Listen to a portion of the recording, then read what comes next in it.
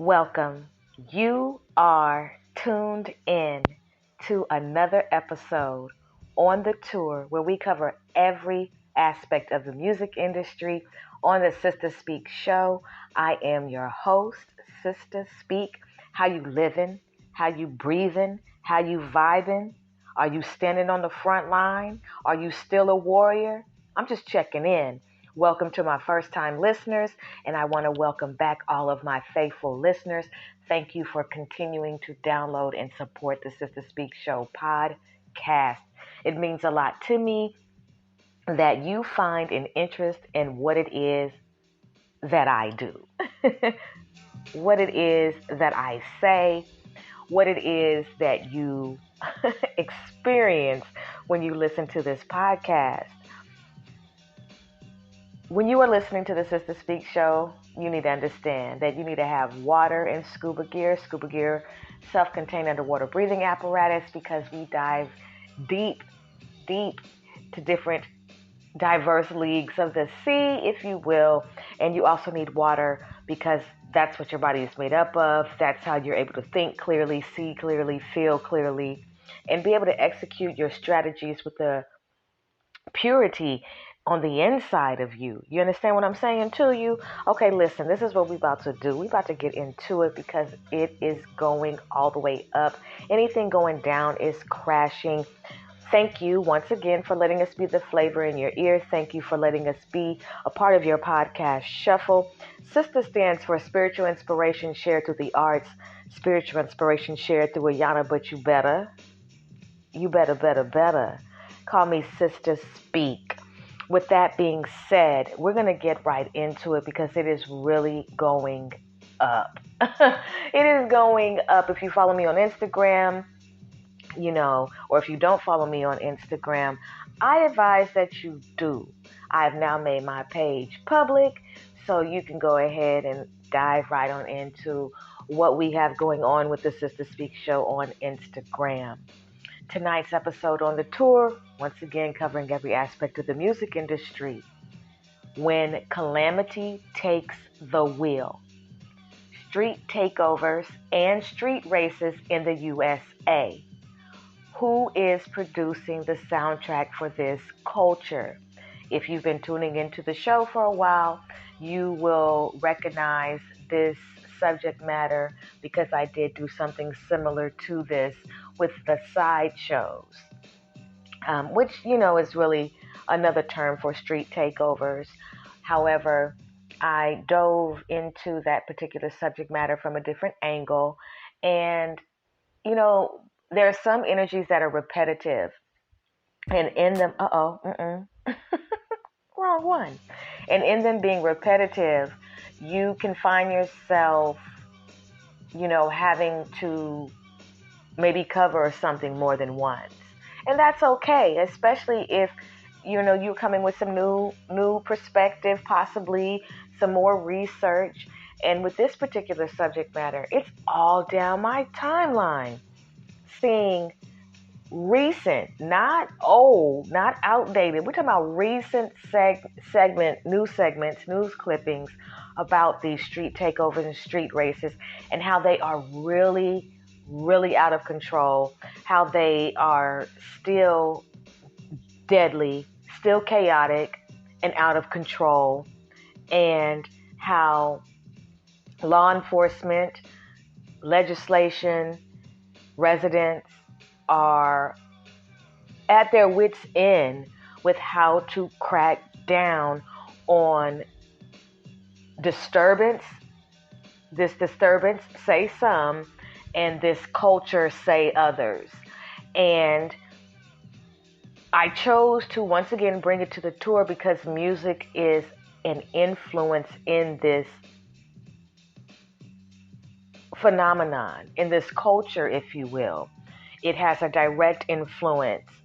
And once again, looking down my timelines, reading these articles, looking at these videos, and I'm just like, I agree. It is out of control. But I'm coming at this episode from a perspective of, yes, it is out of control. Yes, there does need to be a crackdown, but also, with any of my episodes, encouraging my brothers and my sisters, my younger brothers and my sisters who are really, really out there in that life and get reach a climax because of the street racing, the street takeovers. If I'm able to just, penetrate that hard soil and encourage them to go into something else that is not dangerous, that does not disrupt the community, does not put them in peril with law enforcement, and just that, everybody can go home safely. There's nothing wrong with returning home at the beginning, middle, or end of the day safely. And these takeovers are dominating the streets. They are dominating the bridges. They are dominating, your way home. And you will hear, obviously, I got some clips, these news clips, and you will see it is nationwide, coast to coast, north to south, and right in the middle. This is overwhelming the community. And because I care about life, it's like you want our brothers and our sisters to be able to have something to do. But this is not an excuse for them to have something to do. A lot of times when these type of topics come up, people are very narrow in their thought processes. So some people will look and say, "Oh, you a sister, you one of us. Why ain't you down with the culture? How could you be against it? Oh, you one of them, you're a sellout." And no. I am here for the right. I am here for the high vibration.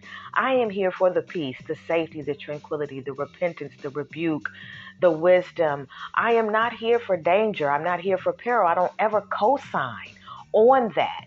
And nobody should ever have to co-sign on it based on their melanin, their tribe.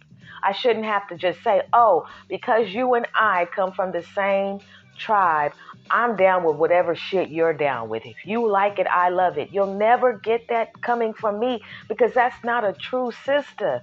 A true sister who really cares about the people is never going to sit there and say, "If you like it, I love it," especially if what you like is dangerous. If what you like is detrimental to your health and everybody else's health in your proximity. And so with these street takeovers and these street racings, because you and because I drive, because we hit the road, because we get on different aspects of ways of transportation, meaning bridges, highways, lowways, side roads, streets, we could run into one of these takeovers. We could be minding our own business, driving down the street, and unbeknownst to us, we are getting ready to come into or be rear-ended by a street race. And that is something to think about, because it's the out of nowheres that cause the danger. Or somebody, pulling up to you, and because you may have a whip that's, looks like it can do something on the concrete, do something on the road, they want to challenge you to a race, and you just want to go home. You're not here for that shit.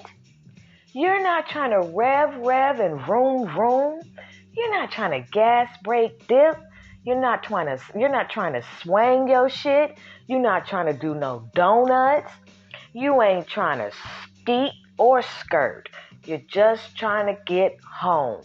You don't want to have any parts of what they want you to participate in. You don't see the checkered flag. What checkered flag? You got red flags, and now you got checkered flags.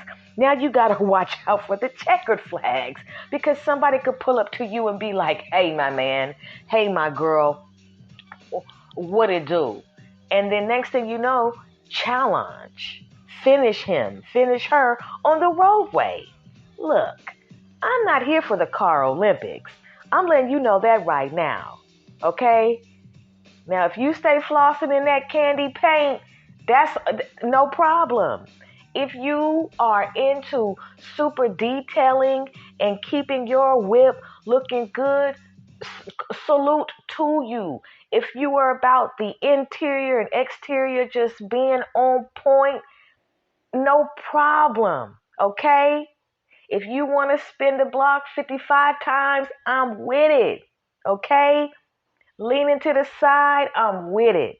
I'm all with it. I have no issue with you keeping your whip right. I have no issue with you wanting to play music. Okay?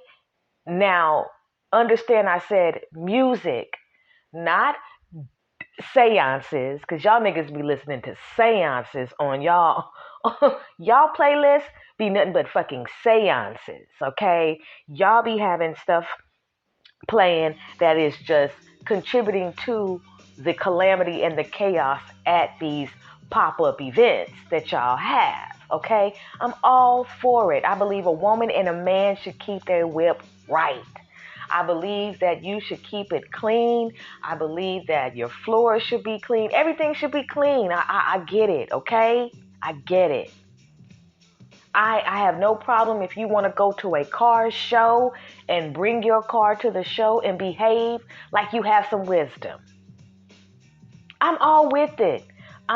If you want to go to a drag race and watch them go around that racetrack all day, all night, and listen to those engines rev and all of that, I'm with it. Go, because it's organized.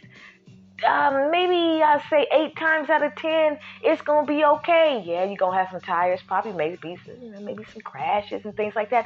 But it's an understood event. You ain't gotta worry about getting buzzed, blurped. You ain't gotta worry about the BS.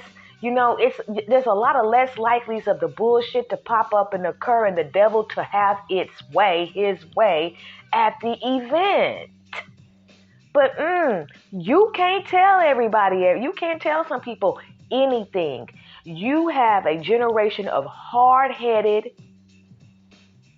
extreme waxed, built up this. Just a huge resistance to shunning wisdom, not wanting to listen. Blockages, a lot of blockages. The devil almost has a death grip on this generation because they love the danger. They love it. And we're going to get into it because not everybody is in love with this. And it's getting closer and closer and closer to residents. And sadly enough, as you will hear in these clips that I'm about to play after these commercial breaks, sadly enough, you have some people who want to be a vigilante and take matters immediate justice into their own hands. And we'll hear about those outcomes as well on the tour covering every aspect of the music industry. I'm your host, Sister Speak.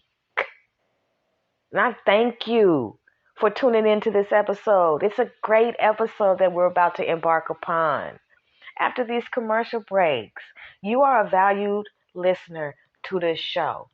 I respect you, I appreciate you, and I thank you. I really do.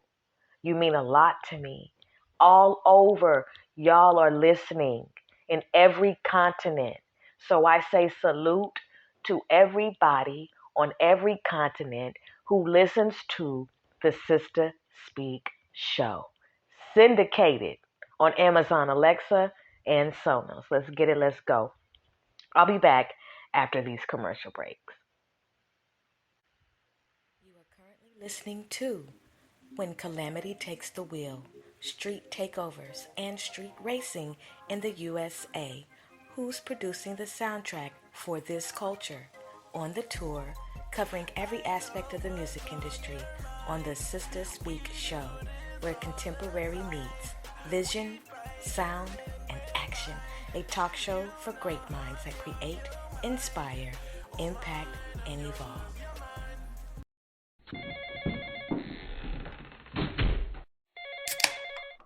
This is your regular routine. What's different than any other day? You're not even thinking about the fact that there's pain behind the pleasure that you're seeking. The latest episode of Coming to the Stage on the Sister Speak Show is available on demand now. Rated R for strong content, language, and thoughts. On this episode, pornography, behind the scenes, the price of pleasure, contracting STDs, and quitting the industry. On Coming to the Stage, we're covering theater, TV, and film. Click the link in the bio for the latest episode on the Sister Speak Show, where contemporary meets vision, sound, and action. A talk show for great minds that create, inspire, impact, and evolve. There's a price. Did you know that the Sister Speak Show is a syndicated podcast on Amazon Alexa and Sonos? Tell a friend. Also let them know that the show is rated R for strong language, thoughts, and ideas. Thank you for downloading each episode on demand. Vision, sound, action, create, inspire, impact, evolve. You are now activated.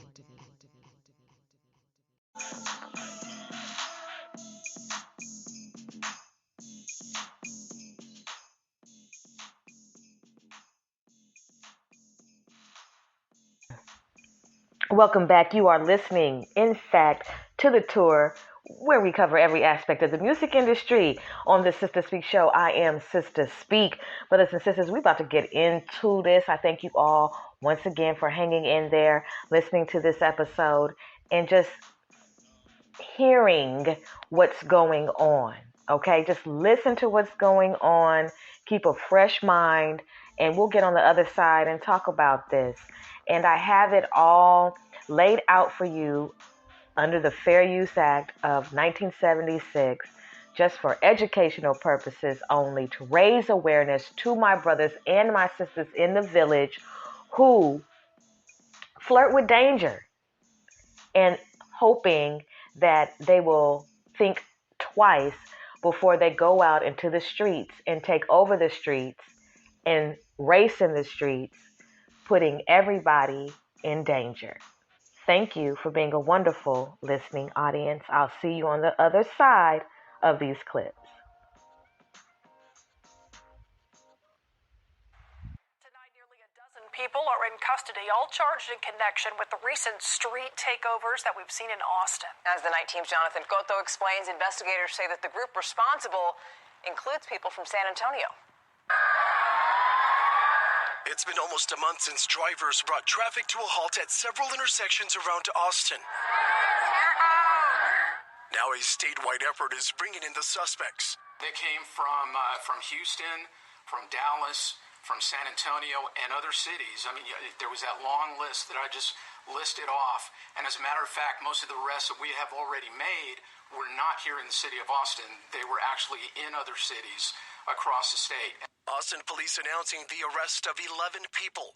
The youngest suspect, just 15 years old. The charges vary from reckless driving, obstruction of a highway, and engaging in organized crime to unlawful use of fireworks. A first-degree felony. The Bexar County Sheriff's Office and the San Antonio Police are also working with what's being called Operation Burnout.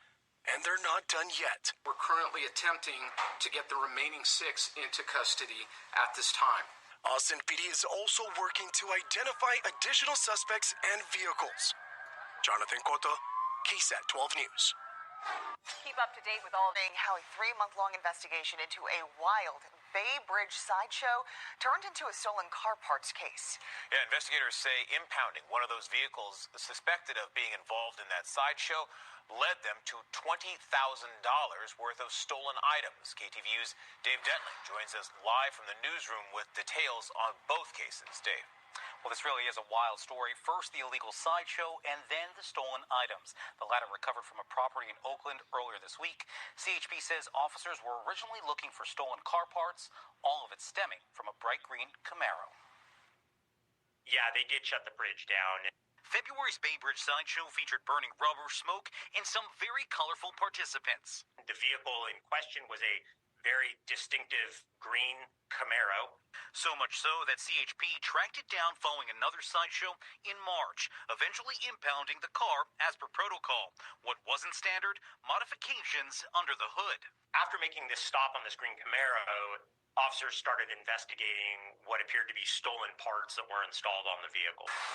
On Wednesday, the owner of the hot rod, 37-year-old Christian Del Toro, was arrested in Oakland in the 1100 block of 84th Avenue. A search warrant brought CHP to this property where they found more stolen car parts, along with 2 other modified vehicles. But that's not all. Things like tools, stuff you would find at a hardware store, to clothing, and then personal care products. Many of them with tags still on them. Like the car parts, the items were hot. Investigators say they too were stolen. When all was said and done, in addition to all the stolen vehicle components that we were able to locate, they also located about approximately $20,000 in stolen retail merchandise. $20K in stolen items. Now, Del Toro did bond out of jail. Neither he or the people associated with that Oakland property wanted to talk about this case or on camera when we showed up. Del Toro faces charges related to both the sideshow and receiving stolen merchandise. We're live in the newsroom tonight. Dave Detling, KTVU, Fox 2 News. All right, Christina. Was happening across our area. This one took place outside Stockton Arena as people were leaving a nationally televised boxing match. Stockton police say one officer even had minor injuries after trying to break up another sideshow last night. It is the latest in a string of dangerous events. New tonight, ABC 10's Luke Clary reports as some neighbors say enough is enough. I'm here in front of a major intersection in Stockton. You can see the Stockton Arena just across the way, and in this intersection, tire marks, the telltale sign of yet another illegal sideshow. Traffic standing still on one of downtown Stockton's busiest streets. Drivers leaving their rubber on the road in a reckless display. It was like 2 cars going around each other, you know. It was pretty tight. Shadrack Neely lives nearby. It was just funny games. Nobody got hurt. But someone did get hurt. Stockton police say an officer sustained minor injuries when someone threw a bottle at their squad car. And in another incident, a spectator can be seen throwing a ball at the police. People do that, it's disrespectful to the community. This neighbor, who goes by Joe, says the sideshows keep him up at night. Put it this way, if it happens for 10, 20 minutes, I can't sleep no more. And I have to get up early. Imagine how I feel when I go to work. And he worries that others are going to get hurt too. You have to have respect for people, for communities. You're going to end up hurting somebody, and then you're going to take off like that? That ain't right. And there's no sign that these sideshows will stop happening anytime soon. The Stockton Police Department says they do not have a suspect in the broken window case. And keep in mind, this is such a big issue that some cities, like Turlock, now have a $1,000 fine for people even watching a side. And we're learning how... Still doing donuts, though. Hurry up!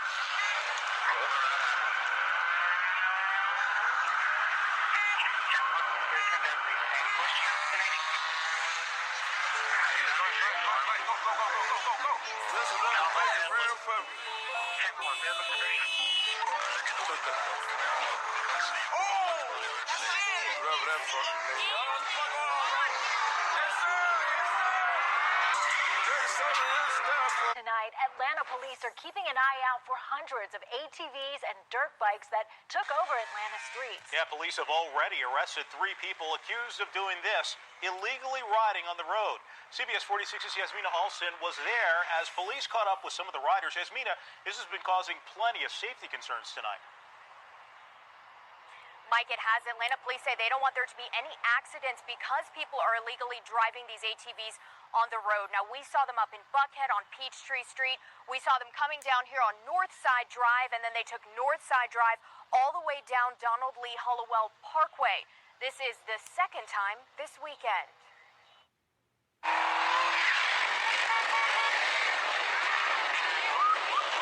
Just kept coming.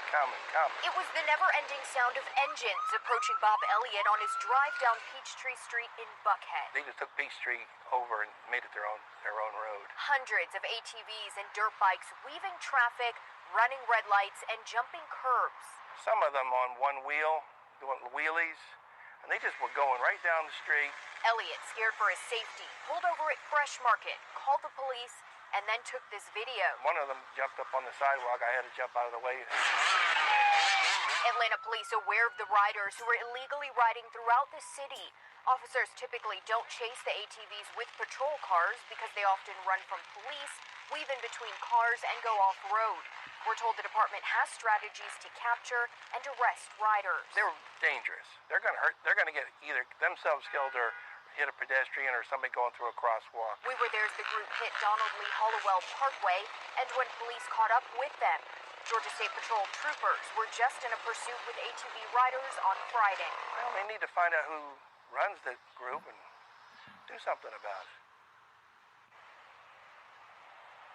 An APD has seized some of those ATVs and one dirt bike. Now, we do know that large group has been broken into smaller groups, so police are going to be keeping an eye out for them. For now, we're live in Atlanta. Yasmina Alston, CBS 46 News.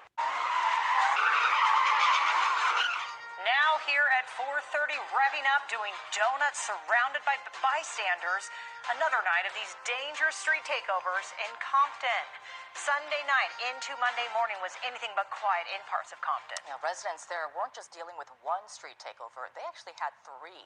KCAL News reporter Jake Reiner is live in Compton this afternoon with video of the cars in action and the increasing concerns about safety. Jake? Susie and Jazz, I'm in Compton at the corner of Alondra and Atlantic. I want to point some things out to you. First of all, this pole behind me, a crossing guard tells me that it was taken out during one of these street takeovers. And take a look at the intersection, just tire marks everywhere. Sideshows are inherently disruptive. But more than that, they're dangerous and sometimes tragic for those watching the show from the side. And I'm just afraid that one of these days a car might lose control of the vehicle and then, we might have a tragedy that happens. It's scary. Joanna Camacho has lived in Compton a while. 30 plus years, sir. And she says she's tired of seeing takeovers like these. Overnight into Monday morning, donut drivers were seen at three locations: East Manchester and South Avalon, South Jefferson and South Normandy, and South Atlantic and East Alondra. What do you think? Honestly, I don't know how they would control that because, when all this happens, it takes a while for them to even actually stop it. LA County Sheriff's deputies say they were able to break up the Compton show, but the other two locations were LAPD jurisdiction. It's just dangerous and it's ignorant. Maceo Fernandez felt similarly to Joanna Camacho. You know what? You kids are crazy. You think you're invincible, but it's going to catch up with you. And it did, with 27-year-old Raymond Olivares, who was killed in February following a street takeover. A city of lawlessness. Last week, a town hall in Compton with residents and the sheriff's department. Deputies say their recent enforcement ramp-up has been effective. This past weekend, April 28th and the 30th, we had 0. So you could see the enforcement is working. Now, we did reach out to the LA County Sheriff's Department today, but have not heard back yet. I do want to point something out. October of last year, the LA City Council voted to move forward on a citywide plan to address these street takeovers, seeking reports and analysis for a multi-year work plan and funding strategy. In Compton, I'm Jake Reiner, KCAL News. All right, Jake. PD said.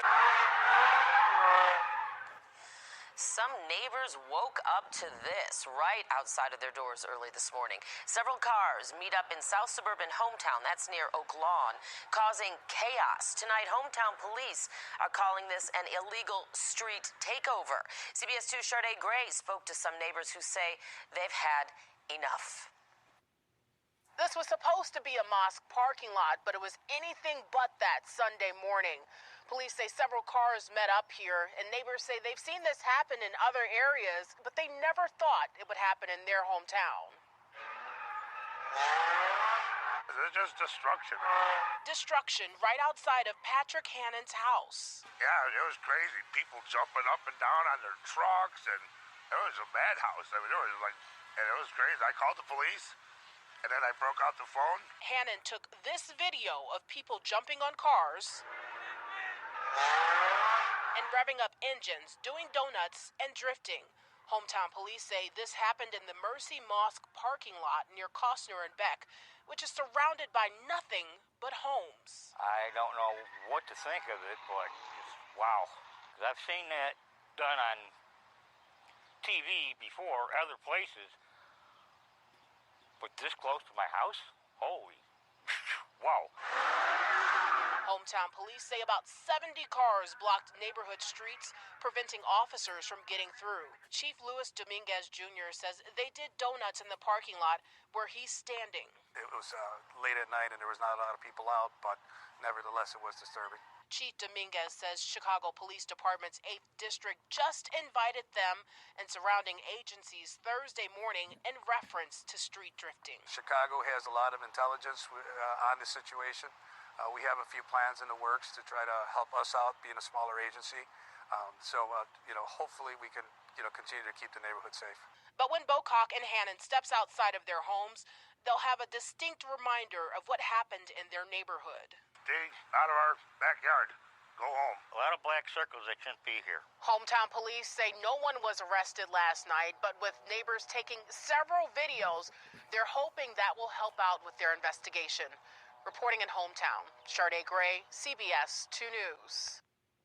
Is recovering after Atlanta police say he was shot for refusing to take up a challenge to race on the downtown connector. Police are searching for the person who fired the shots. It says recent street racing incidents have a council member calling for a crackdown.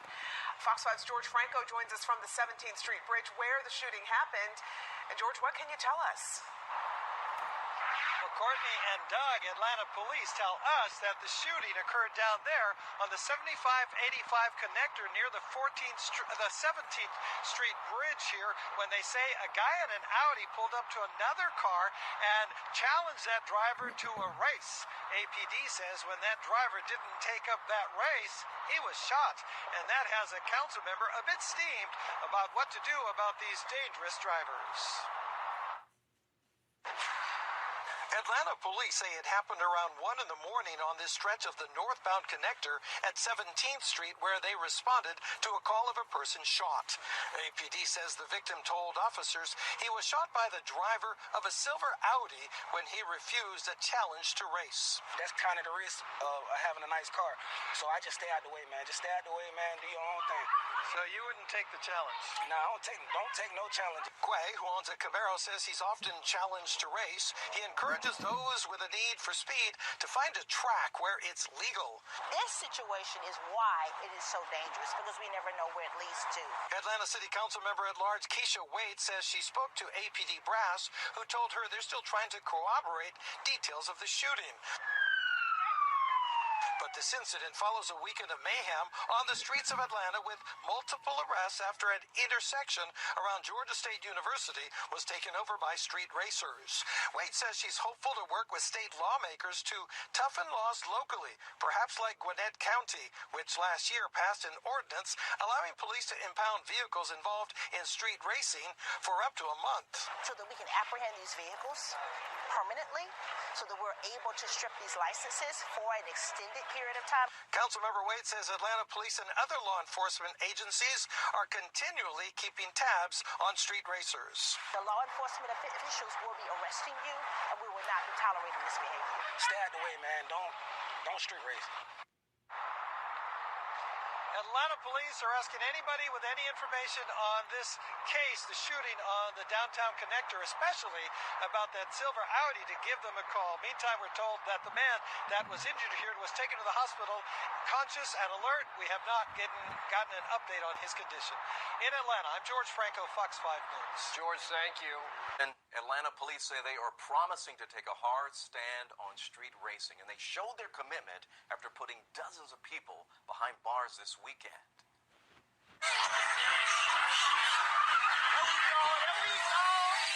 With fewer people on the road because of this pandemic, Atlanta police are concerned they're going to see more of this illegal street racing across the city. Police moved in quickly over the weekend. Police gave out 114 tickets, impounded 29 cars, and 4 guns taken off the streets.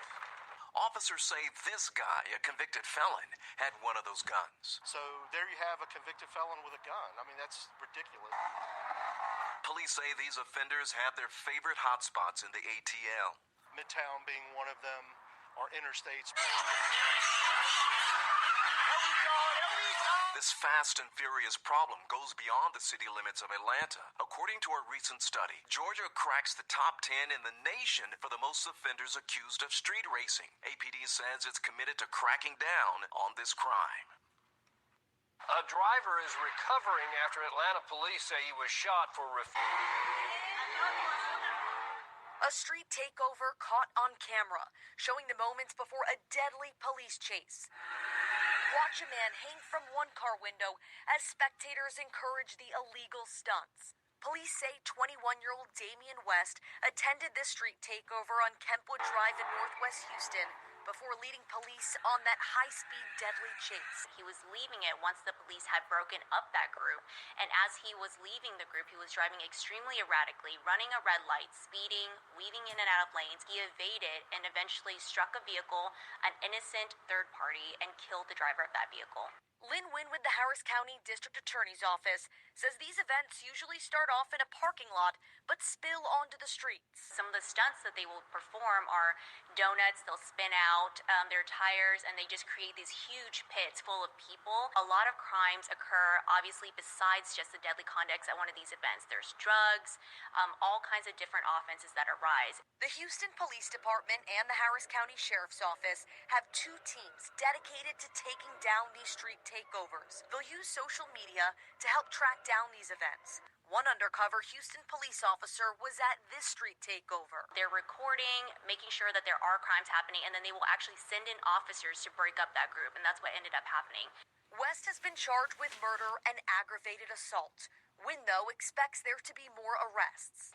Who are really the ones who are promoting these events, because what we're doing now is we're filing engaging in organized crime on these people. I'm Brooke Taylor, ABC 13 Eyewitness News. They raced. They performed dangerous stunts in their souped-up cars while blocking major intersections during Gasparilla weekend. But that all came to a deadly end in St. Pete when officers say 13-year-old Ethan Martin stepped into the path of a racing motorcyclist whose speed exceeded 100 miles an hour. Ethan's mother, Frances Simpson, had no idea her son was there. It's been really hard because he was 13 years old. We're gonna be missing him every time at home. Investigators say the boy's father, Johnny Martin, brought him to the illegal car meetup along 28th Street North last week. They joined a huge crowd of spectators just after midnight. Frances, who shared custody of her son with his father, is struggling to understand why. I'm angry. It's no words to say to him. I can't describe what I feel about it, but I have to learn to live with this. So will Ethan's father, who's now facing a felony child neglect charge. He brought his son to an illegal event, allowed his son to watch this illegal event, and as a result of being there, resulted in the death of the son. Investigators are trying to determine if this street race in St. Pete stemmed from the illegal car meetup in Tampa that coincided with Gasparilla weekend. That led to 14 arrests by Tampa police. It's very frustrating because it's something that's avoidable. It's something that shouldn't be taking place. And authorities say it's taking place more often. This week, Hillsborough deputies arrested 9 more people in another illegal street race. That's little consolation to Ethan's mother. My son was a good boy. Every time he saw a sad kid, he was trying to help them, talk to them. And while she grieves, she's also hopeful that her heartbreak will be a lesson for others. This has to be stopped. My son was today. Tomorrow can be another kid. St. Pete police say there are likely more arrests coming connected to that race that killed Ethan. The motorcyclist who was involved survived the crash. He has not yet been charged, but that could change depending on how this investigation unfolds, Linda. Just a sad story all the way around. Speed, power, and pure chaos dominating social media and America's streets in Chicago with deadly consequences. She was a light, a pillar of light for us. 40-year-old Shaman Myrise was visiting from Florida Sunday when police say one of two racing Corvettes careened out of control, killing her. Her family tonight asking for privacy, writing Myrise will be deeply missed. The fatal crash comes amid an apparent street racing surge nationwide. I thought maybe a tree fell on the house. This weekend in Des Moines, Iowa, a tornado-like path of destruction after two racing cars lost control. In Portland, Oregon, 3 people were shot at a street racing event. And in Los Angeles, authorities say street racers kept them at bay while a mob ransacked this 7-Eleven earlier this month. The trend took off, police say, during the pandemic, when lockdown left streets empty and is since fueled by a search for social media fame. Cities across the country, including Atlanta, Chicago, and San Francisco, recently passing ordinances to penalize street racers. Same story in Portland. Are your officers able to enforce those ordinances? No, fines aren't enough. We need to work with federal partners to see if there's avenues to, interstate commerce type charges, things that will actually have a heavier impact. A race to slow a surging trend that's shifted into overdrive. Maggie Vespa, NBC News, Chicago. Is dead after an argument with street racers in Dallas. As we know, street racing is a growing problem here in North Texas. Our Chris Sadeghi has the details. Street racing has been an issue in the South Dallas area. We've covered stories before there, particularly when someone is injured or killed in these races. But last night, police say that it was a woman having some kind of exchange of words with one of the street racers that led to her death. The altercation happened at the intersection of Duncanville Road and Ledbetter. Police said a woman was shot and killed. The officers on the scene tell us that there was a group of street racers and that they had the intersection blocked off. A woman went over to them. There was some kind of conversation with some of these street racers, and that's when someone in the group pulled a gun and shot her. Police just identified that victim as 54-year-old Lynetta Washington. At last check, police are still looking for the shooter, but the issue of street racing is one the department has really been trying to stop. They have a designated street racing operation, and to show you just how big a problem it's been, in a 7-week period between February and April, they say they got more than 1,400 calls and made more than 1,400 traffic stops related to street racing. They've written more than 1,300 citations, plus given 100 more to people who are just watching the races. Overall, they've arrested 243 people on misdemeanors and 49 more on felonies. And some of those arrests have led to the discovery of other crimes, such as drug and gun charges, and also the discovery of stolen vehicles. I'm Chris Sadeghi. Now back to you. Weekend of dangerous sideshows on the streets of Oakland, and one of them turned violent. As KTVU's Henry Lee reports, a man was attacked after confronting people at one of those sideshows. Video posted on social media shows a man frustrated by a sideshow at 34th and Adeline in West Oakland. He hits one of the cars spinning donuts around him and is then attacked, punched, kicked repeatedly, even while lying on the ground. The victim appears to be unconscious. You can still hear tires screeching as he lies motionless on the sidewalk.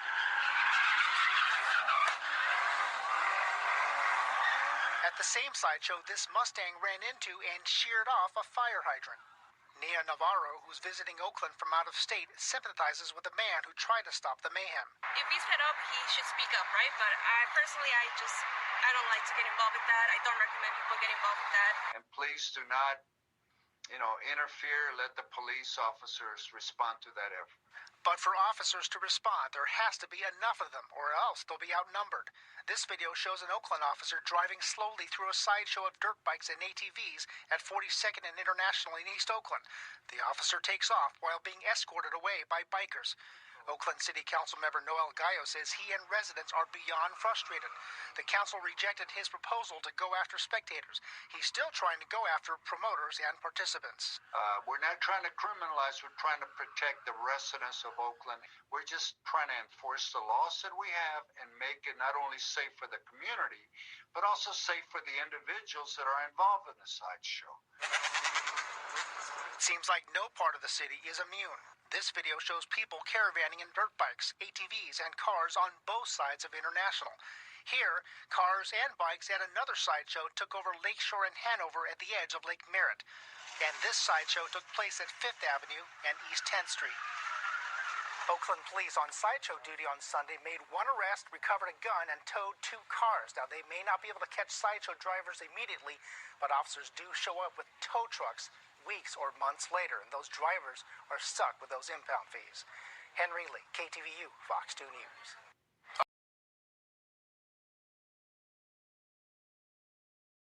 Although she's smiling, she has a secret, and this secret could destroy the entire dynamic of the family. A man expects his child to be his child. He expects Junior to be Junior if he's senior. However, paternity fraud continues to run rampant. It is not yet a crime punishable by law, so women continue to get away with it, targeting men after men who believe that they are the father. That means that people believe that these are their nieces, nephews, grandchildren, and cousins. How can a woman celebrate a lie? Who's devastated in the end? The children. Next on the Culture Climate, the lineage leech. When paternity fraud destroys the family tree.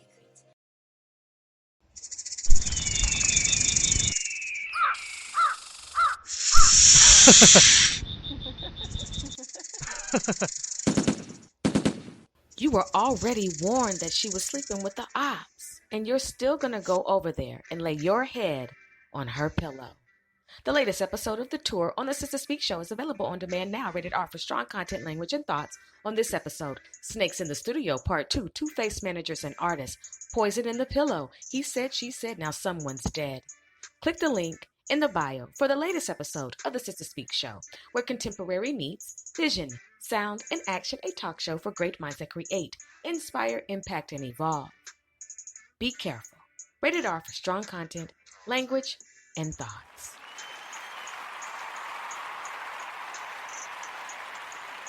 Thank you for tuning in to The Tour, covering every aspect of the music industry on the Sister Speak Show, and for adding us to your podcast shuffle, and for letting us be the flavor in your ear.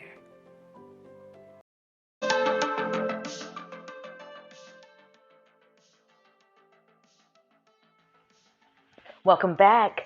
I am Sister Speak, and you are listening to The Tour, covering every aspect of the music industry. Wow, right? Those news clips were a lot to take in, and that energy is real. It's one thing to watch it on the news. It's another thing to actually be there live with it, in the midst of that danger. And we see that fear, they have no fear, a balance of judgment out the window, that these young people are loose and they are out of control and they are dangerous. And, some people will say, well, not everybody there is like that. I'm sure it's, there's a few. Listen, the bunch is dangerous. The activity is dangerous. And it's not one of those situations where you say if, it's just when. And we're going to get into this, and then we're going to get out of this. You're going to go your way, I'm going to go my way, and hopefully after we converse just for a little bit, there will be some type of solution that can come forth, for this pollution, literally pollution. With that being said, let's go ahead and have this conversation. Let me turn this down just a little bit. There we go. That's perfect. So I'm doing my research and I'm figuring out, where does the term burning rubber come from? Because essentially that's what these tires are doing. They're burning rubber, the need for speed. And I remember my daddy used to take me to the drag racing events when I was a little girl. I remember going to Sears Point, a location in Cali, and they used to have drag shows on the weekend, and we would go. I remember the wind from the cars racing and my chips blowing and me just being fascinated with these cars going so fast. I remember as a little girl living in San Francisco. I've lived in Cali twice, and my first time living, and I probably was about maybe 3 or maybe 2, where, there's a lot of hills in San Francisco, or if you don't know, there are a lot of hills in San Francisco. And just going down the hill with my daddy, my mom, my sister, my brother, we're all in the car. My daddy had a Saab, Saab. He's always been into foreign cars. Hence, that's why I'm always driving one. Moving forward, going down the hills, and I always used to be like, wee, downhill. So I get the thrill of the adrenaline of speed and all of that. I get it. But what I do and that's getting it. But I also understand the gift of wisdom in knowing that speed is something that has to be used with judgment. Judgment is nowhere in the picture when it comes to these street takeovers and street racing, period. So I'm looking, and I remember it just came to my mind. I always used to watch the Dukes of Hazzard, and they used to have a car called the General Lee. It's this burnt orange car with these Confederate flag stripes and stars, and Bo and Luke Duke. They're always out. Daisy Duke, Boss Hogg, Roscoe Pico Train, this whole, and I think the guy's name was Jimmy. But anyway, they were always off in this car, just out of there, jumping over logs and just really out there doing it. And I was fascinated by it. So I get it, okay? Hear me. But once again, that's TV. And it's controlled, okay? So anyway, I'm looking at what does the expression of burning rubber mean, and I decided to go with the definition from writingexplained.org, and it says, this expression comes from the literal meaning of the way tires can burn rubber in a fast-moving car. If a car moves quickly enough, the tires can leave a mark on the street and smell like burning rubber. People first began to use this expression around the 1970s to describe cars going fast.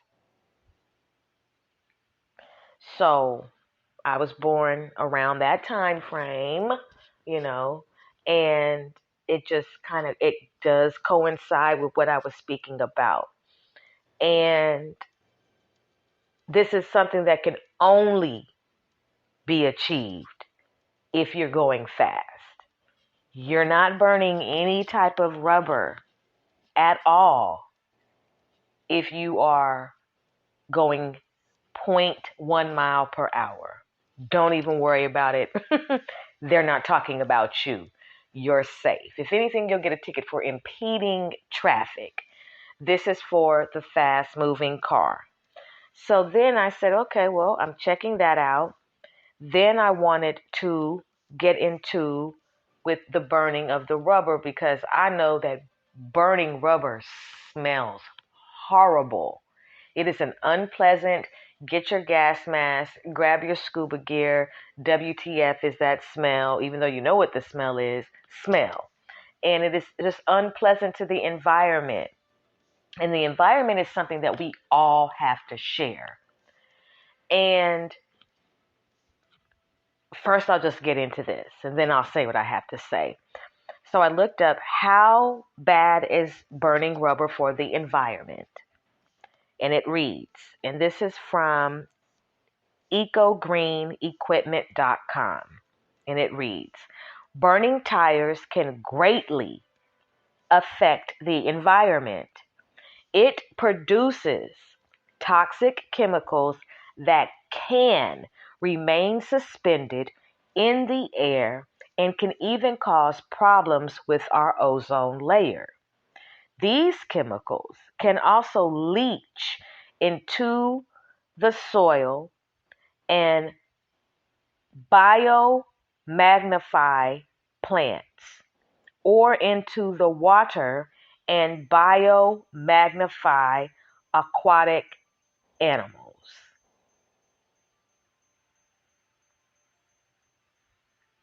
Burning tires can greatly affect the environment. It produces toxic chemicals. Our young people are already engaging in a lot of chemicals. There is no hedge of protection, i.e., wisdom, when it comes to them inhaling the burning rubber. I spoke about this when I covered this the first time. Standing in that environment, inhaling those toxic chemicals is only further destroying the mind of our youth. Only further destroying it. And then you have to deal with the secondhand contact from these toxic chemicals because they're lingering in the air. And because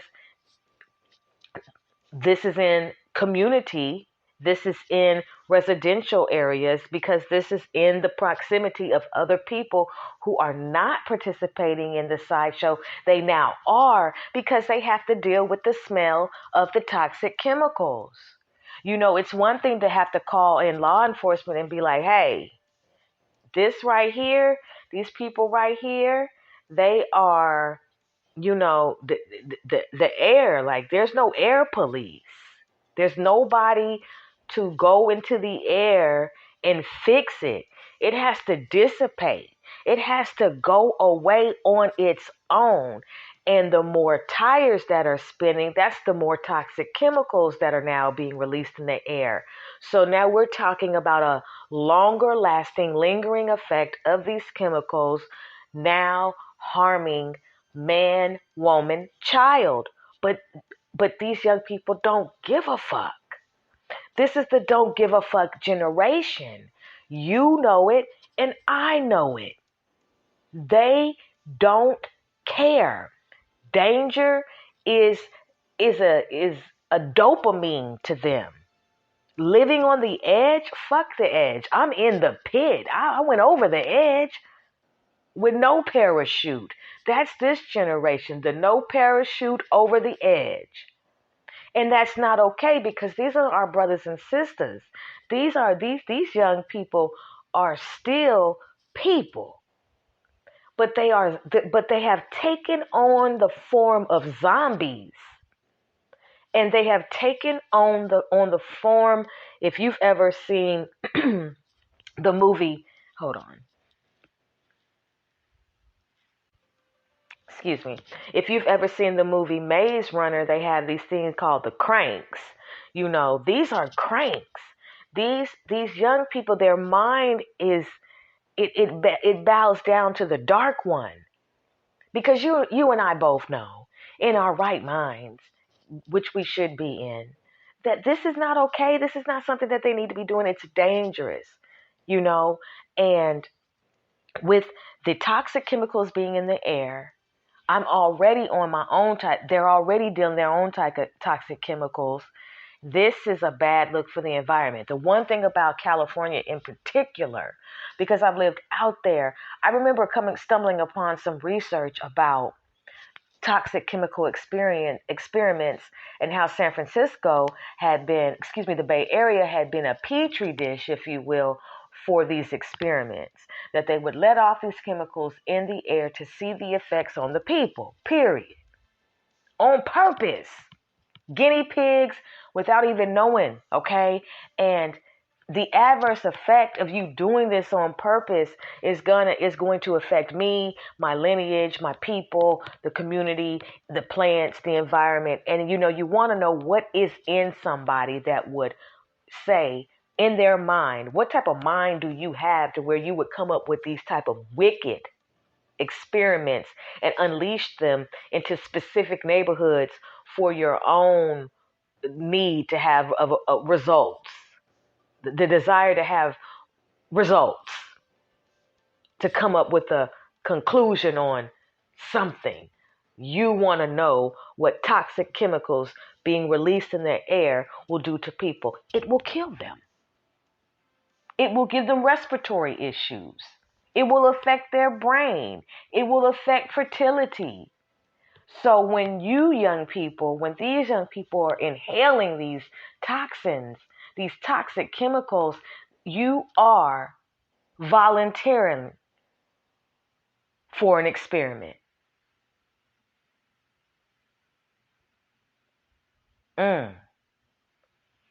Volunteering for an experiment. One that is going to grab you by the throat sooner than later. All of these energies at this takeover. Car after car after car spinning and burning rubber.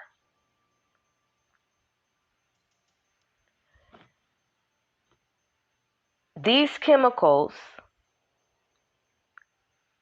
can remain suspended in the air and can even cause problems with our ozone layer. These chemicals can also leach into the soil and biomagnify plants, or into the water and biomagnify aquatic animals. This is more than just a night of fun. This is not one of those situations where you go and you're just having a little bit of fun. Your fun is dangerous and it is fucking off the environment. And it has to come to an end. There's no ifs, ands, or buts about it. If you want to know my stance on it before I even finish what I'm getting ready to say, oh no, this has to come to an end. It has to. I want our young people to be able to, enjoy life. I want them to get outside. I want them to have a wonderful time, and I want them to be safe. And I also have a right to say something because this is an environment that I also have to live in, and other people too. And the right will always dominate the wrong. Wisdom will always dominate ignorance. So there is no bowing down to the ignorance because this is something ignorant. It's not controlled. It's sporadic. It is dangerous. It's toxic. And it's a bad look. It's not a culture that we can look back on 20 years later and say, yeah, we did that. Oh, yeah, we did that. All those donuts, we did that. Yeah. Now, that's not something that we should really be even trying to bring with us or even trying to put in a time capsule. That's something that we need to say, okay, that was just a phase. We need to forget that. We don't even need to mention that. Yeah, we did go dumb. We did. We actually did go dumb. And in doing that, we went even dumber. We became dumber. And now we're the dumbest because we fucked off our own environment. The very environment that you're taking over, you live in. But the chemicals that are being released, however, the chemicals that are being released from these tires are only just meeting what's already has been and continuing to be released in the air. Specifically, the San Francisco Bay Area is surrounded by, and this is not the only area, okay, surrounded that has refineries. But there is just a strange, odd history of chemical spills in this particular area. One thing about the big C, big corporation, is that they don't give a damn about us. They don't give a damn about the poor, the disenfranchised, the minority, the low income. They don't. They do not. That's why all of their hell and hatred is unleashed into the communities via certain entities that are set in place to only further make you destroy yourself. They hate you. So even though you're a problem, you're also destroying yourselves. So it's kind of a rock and a hard place between how do we really crack down on this? Because you can't. You don't have enough police officers in the surrounding cities to cut down on the mob. I wouldn't cut down. I said that on my last episode when I spoke about, sideshows. If I'm a police officer and there's a sideshow, I'm not going to break it up. I'm not going to any of that shit. Fire me, let me go, dishonorable discharge, whatever you have to do, but I'm not stupid enough to go into the mob. I'm not going to confront this. You want me to confront several demonic entities, spirits about this? I'm not going to be able to do it. This is a job for martial law. That's the only way. You can bring your tow trucks. You can bring your police dogs. You can bring your pepper spray and your batons. You're not going to be able to stop it. The only way you can stop it is through martial law. That's the only way.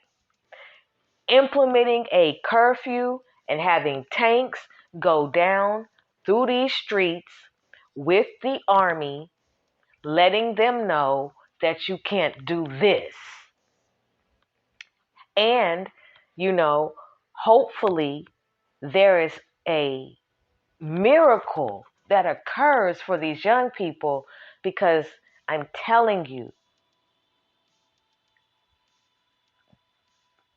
they're in trouble and they're dangerous. I, as a civilian, would not want to deal with it. These are my own people that I see in the midst of the crowd as well. And how they're acting, I'm not trying to bend that corner. I'm not trying to get into that. I don't want to be around that. That energy right there, my soul cannot handle that type of environment. There's only a certain type of soul that can handle, and it has to be a lawless soul. I'm not trying to disrespect the brothers and the sisters. They're doing that themselves. They don't give a fuck about it themselves.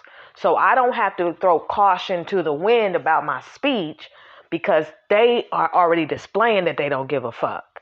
So I can speak on it the way I'm speaking on it, because they're already out there in it. So if I am on the street and you decide that you want to mob around my car, what do I do? And that's what these mobs do. Anybody within proximity of that ritual can get it. You just driving down the street, minding your business, and here it is, the mob. And they're dancing, chanting, burning rubber, getting lit, drinking, just doing what they do. And they decide that your car is the car that's going to be the dance floor. Your car is going to be the car that we're going to tip over. Your car is going to be the car that we're going to, not only before we tip over, we're going to throw bricks through it. We're going to rob you. We're going to do what the fuck we want to do, because who can stop us? Now you tell me, brothers and sisters, is that an energy that should be dominating our environment? Should we bow down to that type of energy? Should we say there should be no ordinance, Just let them do what they want to do. Eventually, they'll go home. Should we let them destroy the community? Should another person lose their life, an innocent drive stander, lose their life because two people decide that they want to race their cars? How much should we allow them to do this? When is enough enough? Because it's happening all over the USA, all over. And it's a mob mentality. It is an animalistic mentality. I wouldn't want to step foot in that. So no, you can't really get frustrated with the police if you look at it from a real perspective. I know some people are like, no, we pay our taxes and this is what they're supposed to do. Look, if you are in a job and your life is on the line to the point to where you know that if I go and try to break this up, it's highly likely that I am going to lose my life tonight. Would you do it? I wouldn't. That's just like if it snows and it's really bad out there, but your boss is saying, we need you, you got to come in. Are you going to go? Are you going to risk your life just because you signed up for this job? We have to be fair.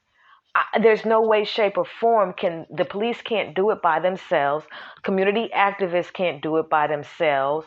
There has to be a bigger, stronger, wise think tank that is able to stop the takeovers.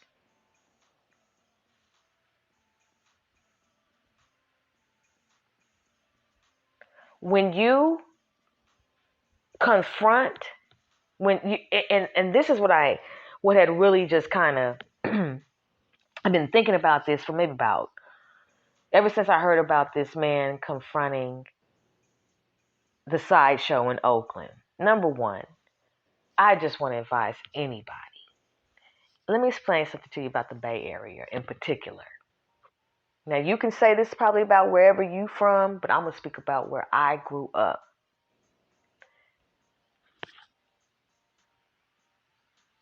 You cannot provoke the Bay. The Bay is with the shit. With the shit on a whole nother level. It's not for the faint of heart. It's not for the weak. Enter at your own risk. Keep your head on a swivel. Smile if you want to.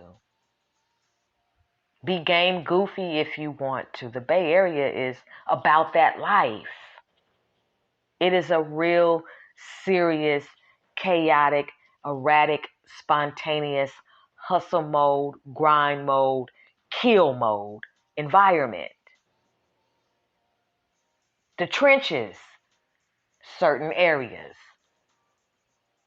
And in these areas, it is filled with frustration, poverty, pain, witchcraft, horrible politicians. A lot in this environment. Chemicals in the air that is definitely manipulating the attitude of people, the way people do things. Murder, lots of murder. Coveting, stress, houses being closely built to one another, a lot of homelessness. This is something that goes on in other areas, yes, but I'm just speaking about what I grew up around, what I've seen. So, lots of childbirth. When you are bred in that environment, it's just what comes with the environment, and that's not a good thing, because good things should be produced from that soil. It should not be that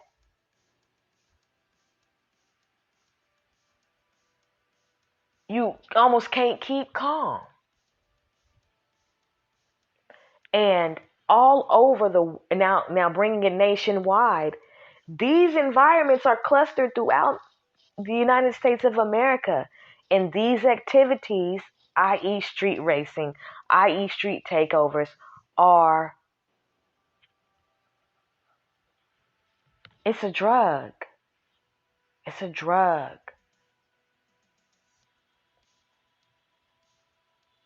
And until you find a way to fix it, martial law, it's not going to be fixed.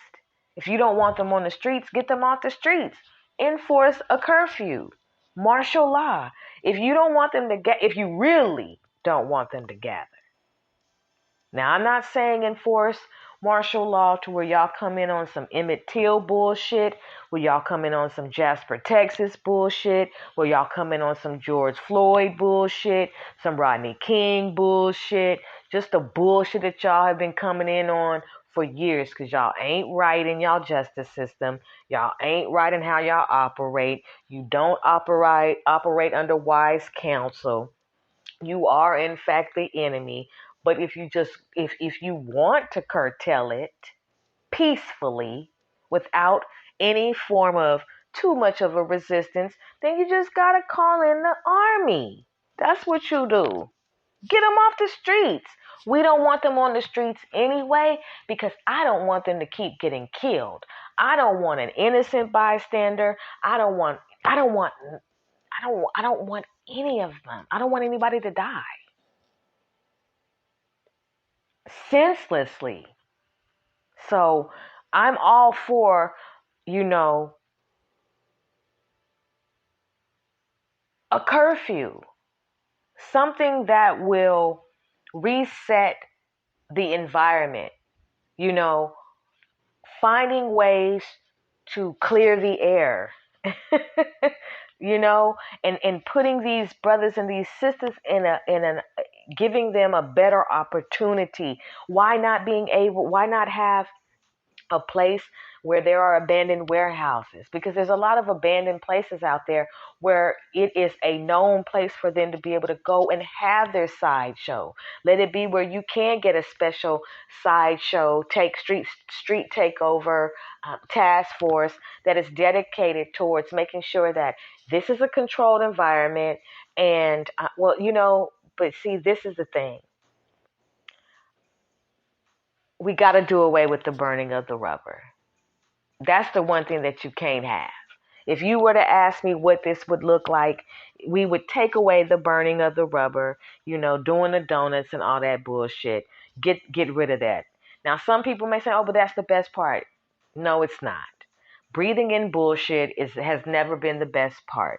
That's just like putting your head, directly in, line with an elephant's buttocks, and the elephant passes gas in your face. No, stay right there. It's part of the environment. Fuck no. You let an elephant fart in your face and see if you even live. Can you imagine an elephant fart? Your fart alone is already, probably taking about 1 or 2 villages out. You can probably do damage. The Richter scale of your gas. But just keep your face right there in front of an elephant's ass and let it fart in front of you and see what you do. Because that's what this burning of the rubber is doing. I'm very sensitive to smells as it is. I don't, that sit down air, that shit ain't cool. I'm not a fan of people leaving their ass in the chair after they get up. Golly, just WTF, So we got to do away with the burning of the rubber. I need to breathe. You need to breathe. Even if you don't know that you need to breathe, you need to breathe. And if you did not know you need to breathe clean air, you need to breathe clean air. I know your master wants you to inhale toxic air, be toxic, do toxic things, and just serve him.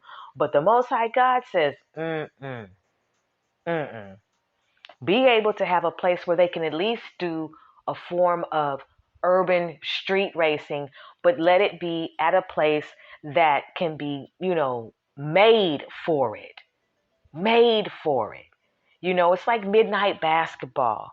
Okay, we're going to come out at midnight and play basketball. Don't you shoot, don't you shoot, don't you shoot. We're just going to do this. And that's what they need. So they can still enjoy the need for speed. You know, I know Sears Point hasn't been, I don't think it's still active. I don't want to, excuse me, I don't want to quote something that's not true. But finding these locations, okay, for them. But you've got to have a curfew in every major city where this shit is going down.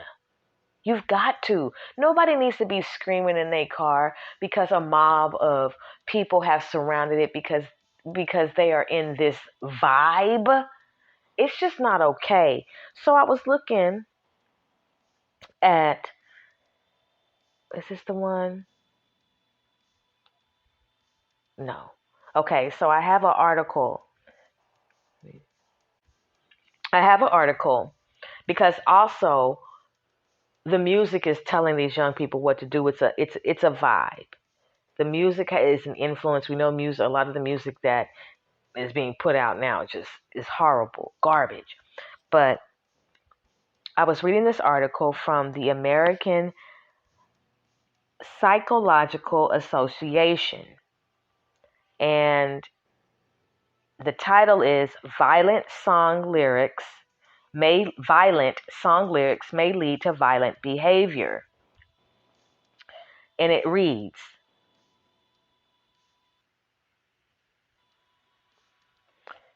violent song lyrics increase negative emotions and thoughts that can lead to aggression, according to a study published in the May issue of the Journal of Personality and Social Psychology.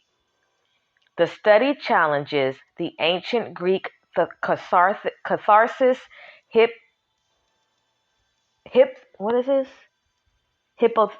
oh my gosh, I know that word. Let me start over. The study challenges the ancient Greek catharsis hypothesis that claims that expressing aggressive emotion will later decrease aggressive behavior. Instead, researchers from Iowa State University and the Texas Department of Human Services found that aggressive music lyrics increase aggressive thoughts and feelings, which might perpetuate aggressive behavior and have long-term effects, such as influencing listeners' perceptions of society and contributing to the development of aggressive personalities. This study provides the first clean demonstration of violent lyric effects, says lead author Craig Anderson, PhD of Iowa State University. In 5 experiments, Anderson and his colleagues asked more than 500 college students to listen to such violent songs as Shoot 'Em Up by Cypress Hill and Hit 'Em Hard by Run DMC, and such nonviolent songs as Finger Licking Good by the Beastie Boys and Love versus Loneliness by the Suicidal Tendencies. Researchers also included the lyrics of humorous violent and nonviolent songs like A Boy Named Sue by Johnny Cash and Hello Mudda, Hello Fada by Alan Sherman. After listening to the songs, the students performed various word association tasks to test whether they linked more non-aggressive words with aggressive words or filled incomplete words with vowels to make aggressive words. They also reported their feelings of hostility as measured by the state hostility scale, ranking sentences based on their emotions after hearing the songs. Listen to that one more time, because I never even knew that there was a state hostility scale. It reads, they also reported their feelings of hostility as measured by the state hostility scale, ranking sentences based on their emotions after hearing the songs. The results indicate a relationship between violent song lyrics and increased aggressive thoughts and feelings of hostility. Humorous, violent songs also increased aggression levels relative to humorous, non-violent songs, according to Anderson. The findings held even after the researchers controlled for the listeners' gender and personality differences, as well as their reactions to different performing artists and musical styles. While more research on effects of violent lyrics must be done, says Anderson, yet another type of entertainment media, when referring to violence, now has been demonstrated to have some negative effects. Mm. Mm. Mm. We'll be right back after this commercial break.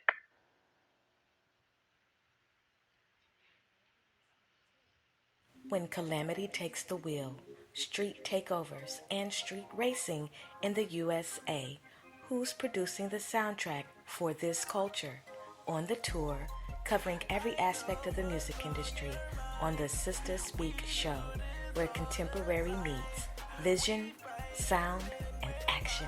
A talk show for great minds that create, inspire, impact, and evolve. Did you know that the Sister Speak Show is a syndicated podcast on Amazon Alexa and Sonos? Tell a friend. Also let them know that the show is rated R for strong language, thoughts, and ideas. Thank you for downloading each episode on demand. There won't be any more warnings. That's why your heart is beating fast. He's out there again. You can see him from the stage. He's obsessed with you. That's why he's taking your pictures. You're his fantasy. The latest episode of The Suspense Files on the Sister Speak show is available on demand now, rated R for strong content, language, and thoughts on this episode, Fantasies and Felonies. Strip Club Killers. On the Suspense Files, we cover the who, what, when, where, why in urban crime, including crimes of passion, deadly relationships, mysteries, urban cold cases, and more. Click the link for the latest episode of the Sister Speak show, where contemporary meets vision, sound, and action, a talk show for great minds that create, inspire, impact, and evolve. Be careful. Try not to fall in love with a stripper.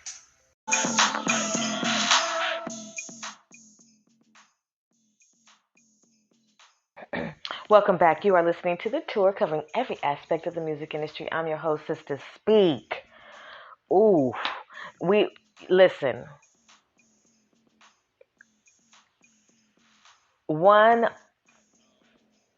Before I get into the one that just really irritated me, because it all irritates me. But there are two things that stuck out to me, and that's the man who took his son to a street takeover and your son got killed.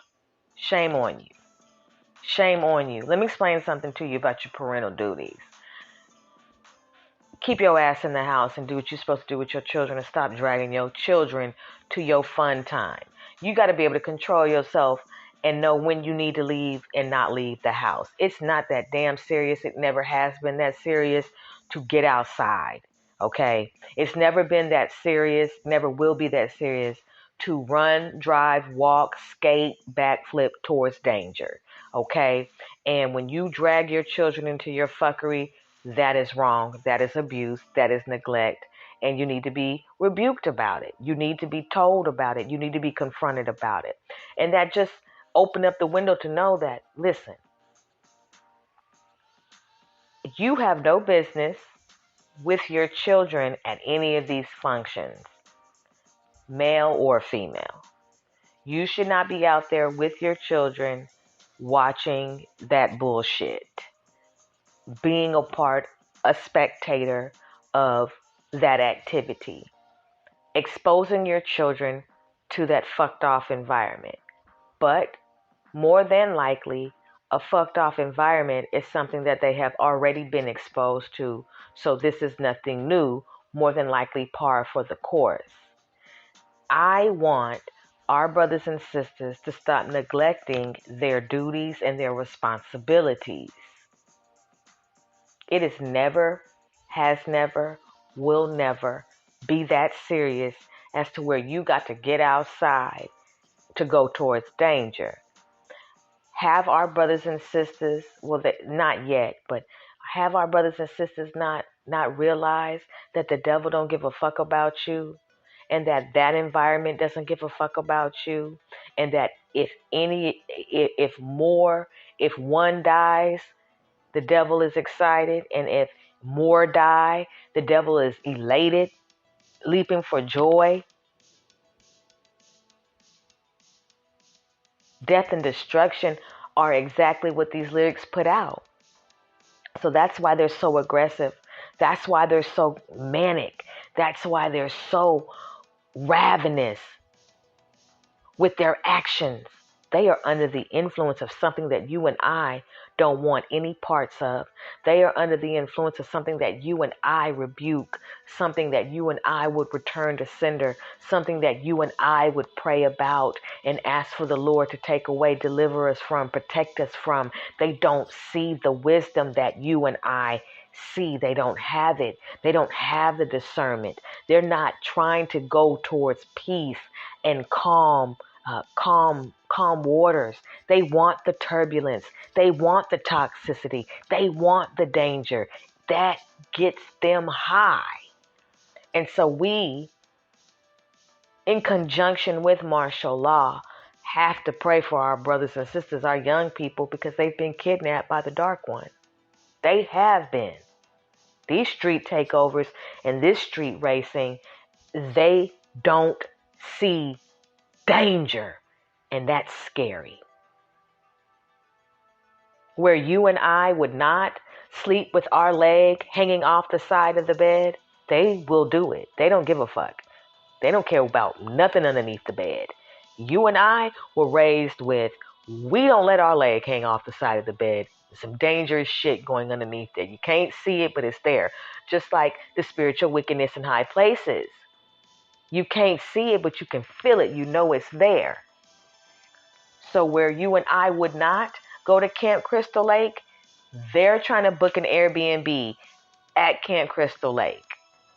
They want to meet Jason Voorhees. They want to. Whereas you and I would not walk into a haunted house, they're walking into it. They want to know if there's a room for rent. Danger? What's that? Whereas you and I would not spend the night at the cemetery, they're trying to have a party at the cemetery. They don't care. Thriller is their theme song. Danger versus no danger.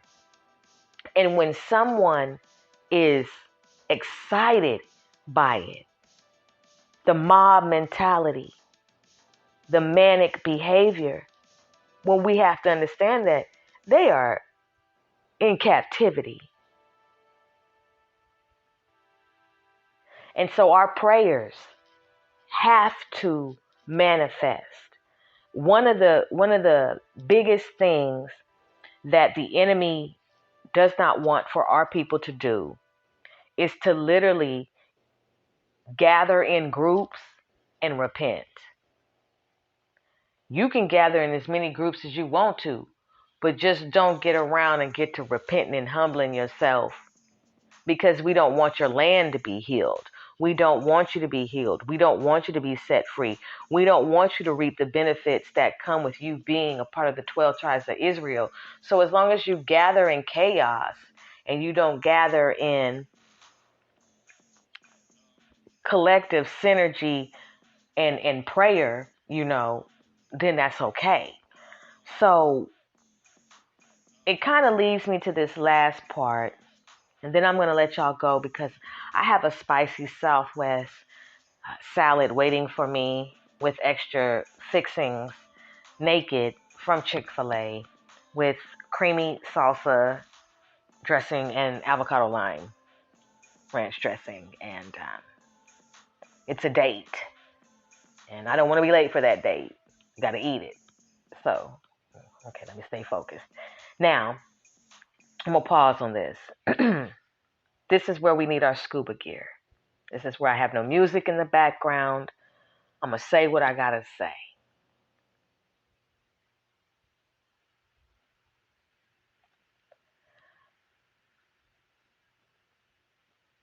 If you're not going to repent, then I really do hope.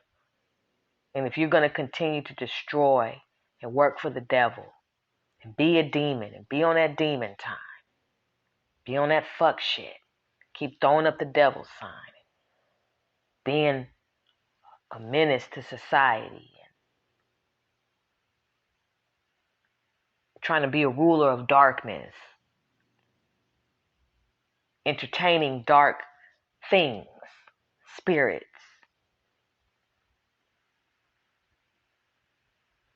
you're an enemy. And there are people who will banish you. There are people who want you to be removed from this world, placed in a whole nother world where you all can tear each other up. But we don't want you mixing in our environment if you're going to continue to stay that way. This isn't for the prodigal ones. This is for the rebels.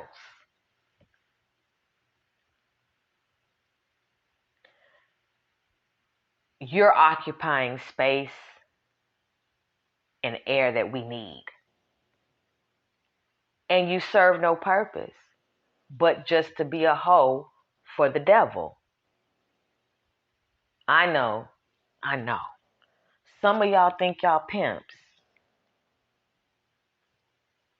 Some of y'all pop y'all collar real tough, real hard. But no, you're just a hoe. You need to know that. Your skirt is tooted up. You are a hoe for the devil. He pimps you out daily. He tells you what to do, and you do it. You ain't got no backbone. You're a hoe. And you get out there in them streets, just like a hoe, and you drive up and down them streets looking for chaos, looking for the perfect spot to pop out and do your shit, looking for the perfect destination, location to cause war, terrorist,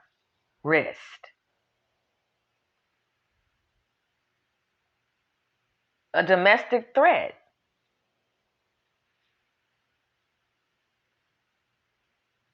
A hoe for the devil.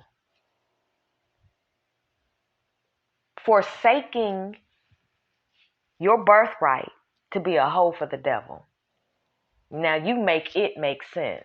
It's giving dumb as fuck. It's giving slow. It's giving zombie.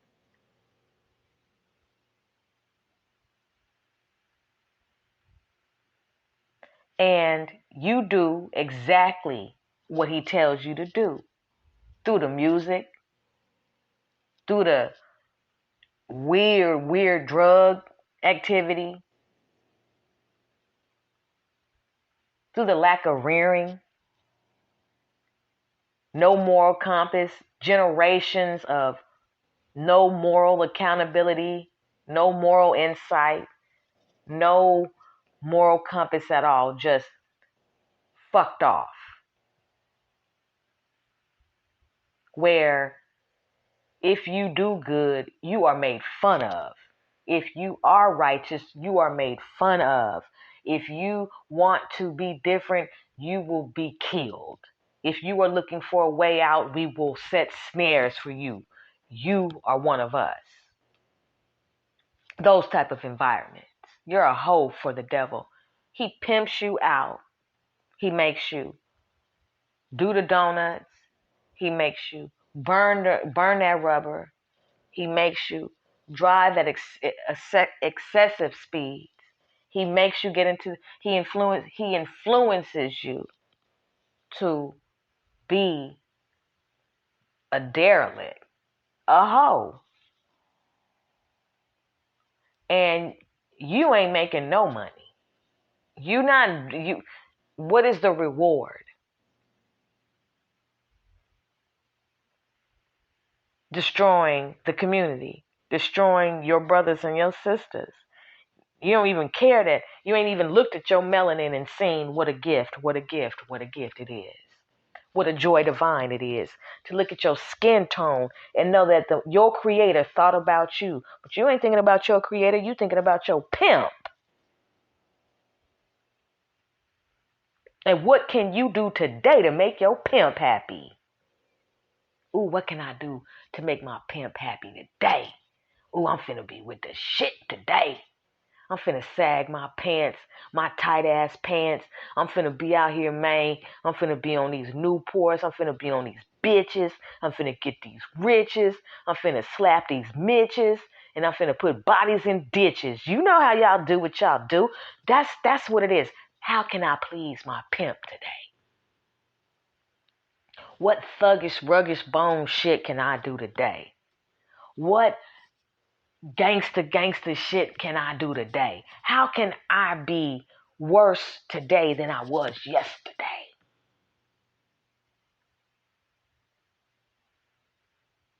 How can I disrespect my community today? How can I please my pimp today? Ooh, I ain't gonna bathe for 5 days, nigga. I'm finna be out here grinding, just stinking up the place because cleanliness is next to godliness. Some of you niggas stink. Some of y'all niggas that be at the sideshow, y'all stink. Fuck. And then you got the nerve to be on the females too, but then they ain't necessarily, skipping through the lilies either. Another sign of demonic activity. Sometimes you don't know you in it because you in it. And it isn't until you have been delivered from it that you can hold on, there we go. That you can realize that you were in peril. That you can realize, damn, I really was a hoe. Damn, I really was, I really did have that Jezebel spirit, man. I really was out here down bad. Like, I really was out here wilding out, For some of you, getting arrested, although it's not getting arrested is biblical. People in the Bible have been arrested. I just hope that for some of y'all, if y'all get arrested, I pray it's the prodigal ones. So y'all can get taken up off the streets and change your life for the better. But it leads me to what I was really what I wanted to say.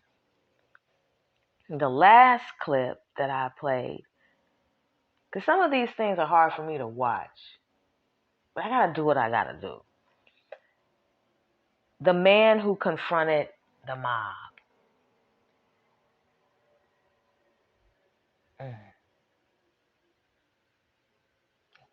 He walked into that. And that comes with that type of mob. They're going to do it. They're going to stomp you out. Why? Ask they pimp. Ask they pimp why they do it. The pimp will tell you why you can't confront them about stopping what they're doing. When you confront that type of mob, you're going to get stomped within inches of your life or lose your life. Don't do it. How to survive a sideshow, a street takeover. Don't do it. Don't confront them. That's not your place. Confront them where they're at. You can't confront them with a carnal weapon. You have to confront that with a spiritual weapon, and that's prayer. You can't, there are some battles that we don't see, and it's spiritual. When he confronted them, the first demon walked up and squared up with him. And then here comes everybody else, and it's just like, damn, that's in them. That violence is in them. It's in them. It's a spirit, and it's got a hold of them. And it's a spirit that runs rampant through this United States of America. And I believe that, don't know if this is true, just as thinking, did that man confront that mob because he was looking for suicide? I feel like that was suicide. He walked into that hoping he would get mauled, hoping he would get mobbed. Did he walk into it because he wanted something to happen to him? That's the only thing I could think of, because I don't know anybody who would confront them. Why? How could you? You're outnumbered. Like, why?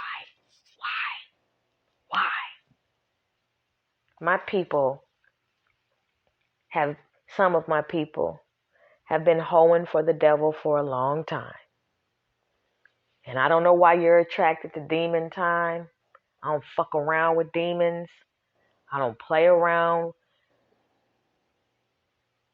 with the realm. And with the street takeovers, the street racing, the amounts of death, the amounts of toxins, the amounts of violence, the amount of inconvenience that these particular events cause, there's a great need for immediate change. Our village is fucked up. We are attracted to some of the most ignorant shit. And we do ignorant shit, some of us. And we give birth to children, and they grow up, or they start to grow up, and they do ignorant shit. And it's just like, there's a lot of generations of, it's a wrap. Ain't gonna make it. I hate to say it, but some of our people ain't gonna make it. They're not. Because they've chosen a side. There's a few sprinkled in this entire mob, and I call it a mass mob, that are prodigal, that will learn and will escape. But if you want to know what boredom looks like, if you want to know what nothing to do looks like, if you want to know what the bewitching hours look like, if you want to know what a mob can do, enter at your own risk to a sideshow, a street takeover. You go ahead and you participate in the street race. As I conclude, one thing is for certain, two things are for sure. When you get your license, it's because you need to get to where you got to go. And in this world, you got to have a license to drive a car. You know what you're like behind the wheel. You know whether or not you drive safely or not. You know whether you a speed racer or whether or not you are a cruiser. You know whether or not you are able to handle yourself on the road or not. You've been in the car with people who can and cannot drive. You know how much speed you can handle behind the wheel. You know if you have to hit the gas to get out of there and smash through a couple things, you can. But I want to urge all of you all who do drive to be safe, to be cautious, to look, to not text while driving, to not be doing 15 million things while driving. You don't need to be flat ironing your hair, dyeing your hair, braiding your hair. You don't need to be doing none of that shit while you're driving. You need to pay attention because you never know what's around the corner. Full speed ahead. Out for a need for speed,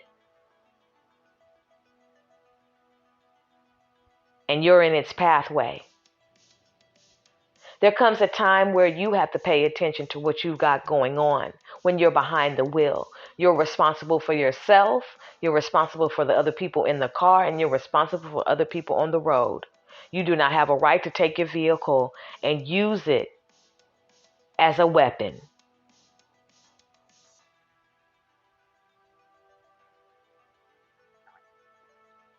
May every one of you get your car towed. I hope all y'all get y'all car towed. I mean that. I'm talking about to the sideshow people, the takeover. I hope you get your car towed. I hope you go through whatever you need to go through for you to hit rock bottom so you can realize that your way of life ain't living. And I hope everybody is safe on the road. I hope that you, if you don't have to get into that fast lane, stay out of it. You don't need to be riding up behind somebody's bumper. You don't need to be darting in and out of traffic, not using your turn signal. You need to make sure that all your lights work. You need to make sure your brakes are working, your tires are good. You need to make sure your car is really safe to be on the road. And you still need to keep your head on a swivel. Think 3 times before you get out there in that traffic. If you end up being in the midst of a takeover, or if you can look ahead and see, something don't feel right, exit as soon as you can off the freeway. Get out of Dodge. Don't try to be ornery. Don't try to be defiant and drive through it. You're not going to make it. I was just trying to go home and I made a wrong turn. They stopped on my car. They flipped it and dipped it. And I'm in shock. Yeah, that's going to be you on the 10 o'clock news, Susie. Because you, not Susie, Karen, that's going to be you. Now, I'm not making fun of it because I don't think that shit is funny. I mean, that could happen to anybody. Turn the corner and they be like, get her, get him. You know, your car is like, wait, mommy, hold on. No, please, no. You know what I'm saying? Like, it can happen to anybody.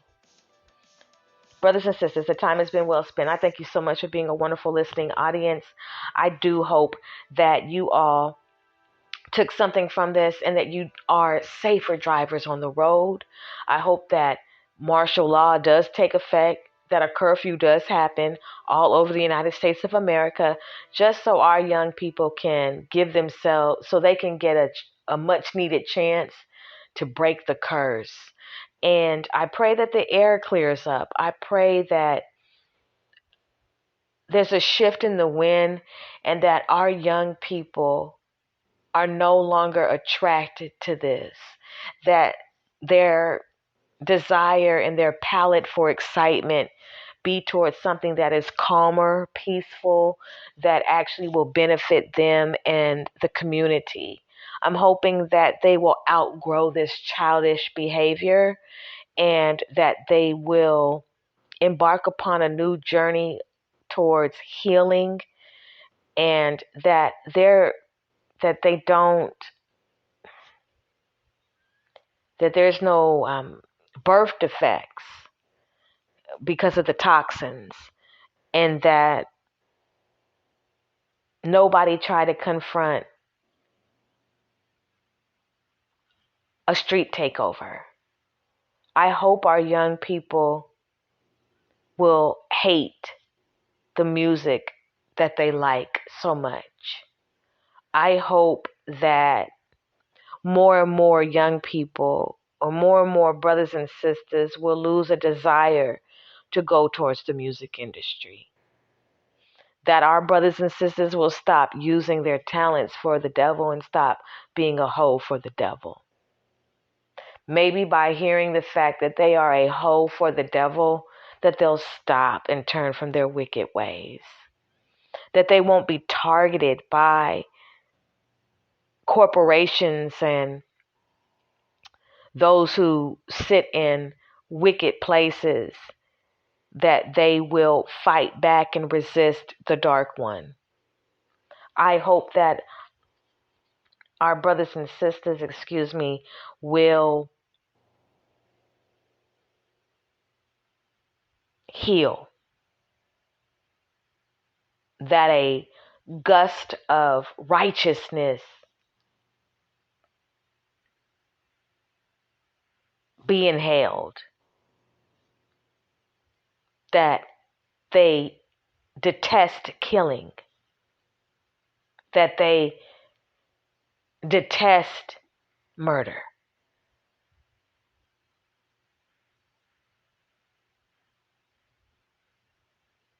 That they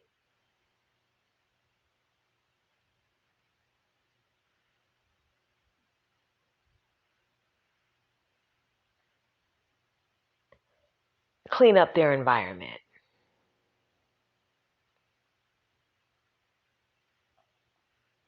That they detest violence.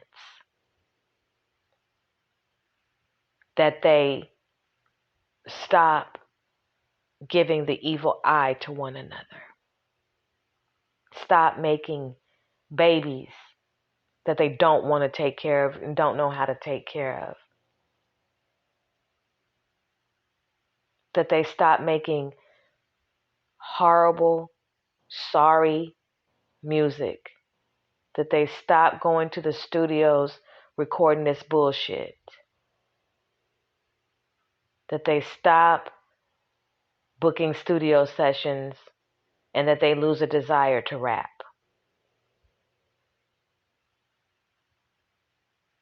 That they stop using their God-given talents to be pimped out by the devil. That's what I want.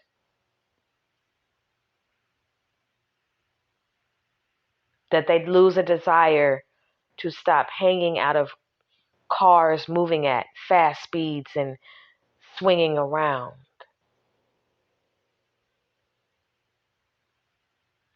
That they not go from 0 to 100 real quick. That's what I want. That's what I want tonight and every other night and day. And you heard it here on the tour where we cover every aspect of the music industry. I'm your host, Sister Speak. And I thank you for being a wonderful listening audience. The time has been well spent. There will be more episodes coming.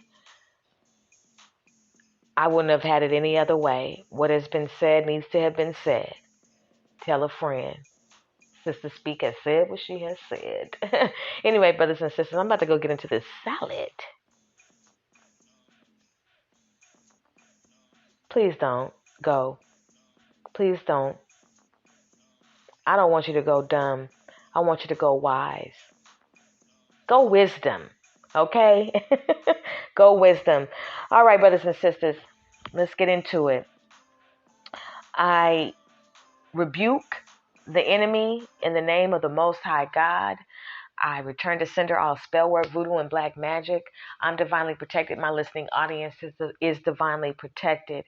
The Lord is my rock, my fortress, and my deliverer, my God, my rock in whom I take refuge, my shield, and the horn of my salvation, my stronghold. You can follow me at I Am Sister Speak on Instagram. You can listen to the Sister Speak Show on all major streaming podcast platforms, especially Amazon Alexa and Sonos. If you want to Cash App the Sister Speak Show, donate to the Sister Speak Show, you can at $SISTASPEAK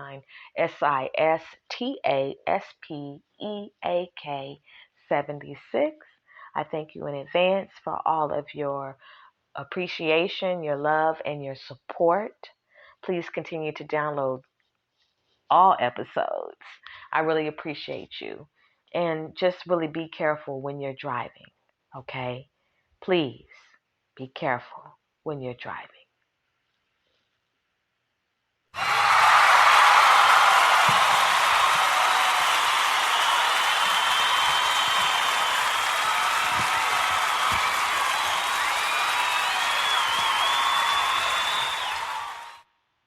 If you hear any bumping on the microphone, it's not intentional and I apologize. But for the grand finale, the devil is already defeated. Warriors, mount up.